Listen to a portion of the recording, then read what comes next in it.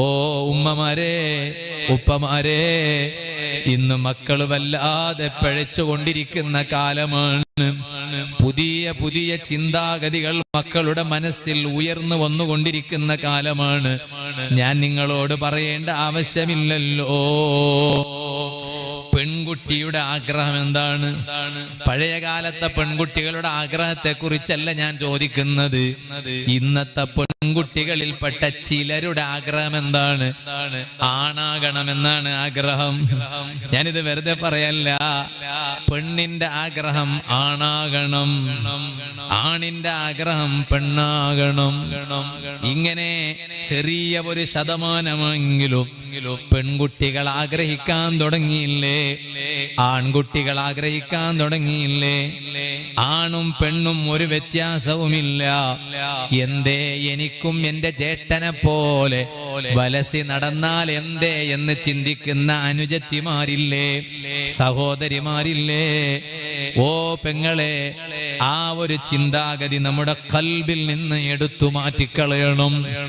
ഒരിക്കലും അങ്ങനെയുള്ള ദുഷിച്ച ചിന്തകൾ നമ്മുടെ മനസ്സിൽ പതിഞ്ഞു പോകരുത്. എനിക്കൊരു ആണാകണം, ഇതുപോലെ ചില ആൺകുട്ടികൾക്ക് എനിക്കൊരു പെണ്ണാകണം. വസ്ത്രം ധരിക്കുമ്പോൾ ഒരു പെണ്ണിന്റെ ഖൽബിൽ ഒരു ധാരണ വേണ്ടേ, ഒരു ചിന്ത വേണ്ടേ? ഞാനൊരു പെണ്ണാണെന്ന ബോധം വേണ്ടേ? ആണിനെ പോലെ കുപ്പായം ധരിച്ച് നടന്നാ മതിയോ? പറ്റൂല. ഞാനൊരു പെണ്ണാണ്, എനിക്കൊരു മതമുണ്ടെന്ന ചിന്ത വേണ്ടേ പെങ്ങളെ നിനക്ക്? ഞാൻ അല്ലാഹുവിന്റെ അടിമയാണെന്ന ബോധം വേണ്ടേ? നിന്റെ മുന്നിൽ ഖുർആൻ ഉണ്ടെന്ന ചിന്ത വേണ്ടേ? നിന്റെ മുന്നിൽ നിന്റെ പിന്നിൽ ബാക്കിൽ മരണമുണ്ടെന്ന ബോധം വേണ്ടേ? നിന്റെ മുന്നിൽ പോയി കിടക്കാൻ ഖബറാകുന്ന വീടുണ്ടെന്ന ചിന്ത വേണ്ടേ? നിനക്ക് പരലോകമെന്നൊരു ലോകമുണ്ടെന്ന ചിന്ത വേണ്ടേ? സ്വർഗമുണ്ട്, നരകമുണ്ടെന്ന് നീ എന്തേ ചിന്തിക്കാത്തത്? ആ നിന്റെ ഖബറിൽ നിനക്ക് രക്ഷ ലഭിക്കണ്ടേ? നീ വിജയിക്കണ്ടേ? പരലോകത്ത് നീയൊന്ന് രക്ഷപ്പെടണ്ടേ? എല്ലാം കഴിഞ്ഞ് നീയൊന്ന് സ്വർഗത്തിലെത്തണ്ടേ? ആ സ്വർഗത്തിലെത്തിയാലല്ലേ ഞാനങ്ങ് വിജയിക്കുക. അല്ലാതെ നിന്റെ പേരിൽ ഒരു യൂട്യൂബ് ചാനൽ ഉണ്ടായിട്ട് ആ മൊബൈലിലൂടെ നീ അങ്ങ് തെളിഞ്ഞ് നിന്റെ സൗന്ദര്യം പലർക്കും നീ അങ്ങ് കാണിച്ചു കൊടുത്ത് ചിലപ്പോൾ നിന്റെ ലക്ഷ്യം അതാ ഇരിക്കില്ല. നീ നല്ലവളാണ് പെങ്ങളെ, എനിക്കറിയാം. നിന്റെ ലക്ഷ്യം നിന്റെ സൗന്ദര്യം മറ്റുള്ളവർക്ക് പ്രദർശിപ്പിക്കലായിരിക്കില്ല. നീ ചിലപ്പോൾ വിവരം പറഞ്ഞു കൊടുക്കലായിരിക്കും, പലതും ജനങ്ങൾക്ക് പറഞ്ഞു കൊടുക്കലായിരിക്കും.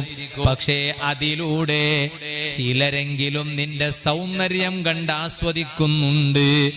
അതിലൂടെ സാന്ദർഭികമായും നീ അവർക്ക് നിന്റെ സൗന്ദര്യം പ്രദർശിപ്പിക്കാറുണ്ട്. എന്ന് എന്തേ ഇത്രയെല്ലാം വിദ്യാഭ്യാസമുള്ള നിനക്ക് എന്തേ അങ്ങനെയൊരു ചിന്ത ഉദിക്കാത്തത്? എന്തുകൊണ്ടാണ് ഈ എല്ലാ ആലോചനകൾ ഖൽബിൽ ഉദിക്കാതിരിക്കാൻ കാരണം? അതിന്റെ എല്ലാം കാരണം ഒന്നാണ് പെങ്ങളെ, സഹോദരിമാരെ, പടച്ച റബ്ബിലുള്ള പേടിയില്ലാതെയായി പോയി, അല്ലാഹുവിലുള്ള ഭയമില്ലാതെയായി പോയി. അങ്ങനെയാകരുത് ഞാനും നീയും. അതുകൊണ്ടല്ലേ ഉമ്മമാരോട് ഞാൻ പറയാണ്, രക്ഷിതാക്കളോട് ഞാൻ പറയാണ്, പഴയ കാലങ്ങളിൽ ഒരു നാട്ടിൽ നിന്ന് ഹജ്ജിന് പോയ ആള് നാട്ടിലോട്ട് തിരിച്ചു വന്നാൽ ആ ഹജ്ജിന് പോയ ആളെ കാണാൻ രക്ഷിതാക്കൾ സ്വന്തം മക്കളെയും കൂട്ടിയിട്ടാ പോകല്. ഹജ്ജിന് പോയി വന്ന ആളെ ചുംബിക്കുന്നത് നല്ല കാര്യമാണ്, അങ്ങനെയല്ലേ മഹാന്മാർ പറഞ്ഞത്? അതുകൊണ്ട് തന്നെ ചെറിയ മക്കളെയും കൂട്ടിയിട്ടാ കുട്ടികളെ കൂട്ടിയിട്ട് പോകും. എന്തിനാണ്?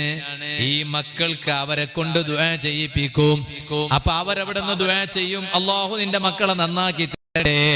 ചിലപ്പോ എന്റെ മക്കൾ എനിക്ക് ആഖിറത്തിൽ സ്വർഗത്തിൽ എന്റെ കൈപിടിച്ചു കൊണ്ടുപോകുന്ന മക്കളാകാൻ ഹജ്ജിന് പോയി വന്ന ഇയാളെ ദുആയായിരിക്കും കാരണം.